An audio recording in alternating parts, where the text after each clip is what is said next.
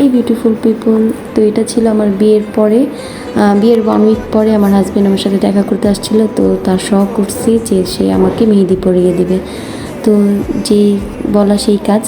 তো ও আমার হাতটা নষ্ট করতে চাইতেছিল না, ফার্স্টে খাতার মধ্যে ট্রাই করছি, তারপর ট্রাই করতেছে তার লুক অ্যাট হার ফেস, মনে হইতেছে কি ইম্পর্টেন্ট এত কাজ করতেছে, বলার বাইরে এত এত ইম্পর্টেন্স দিয়ে করতেছে। যদিও তারপরে আর জীবন আমাকে মেহেদি লাগিয়ে দেয়নি, আমার বিয়ের 2 বছর হয়ে গেছে, এটাই আমার ফার্স্ট অ্যান্ড লাস্ট ছিল।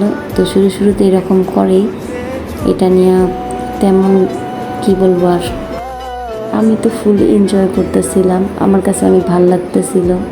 কিন্তু সে অনেক পরিশ্রম করে মনোযোগ দিয়ে একদম নিখুঁতভাবে আমাকে মেহেদি পরিয়ে দিতেছিল।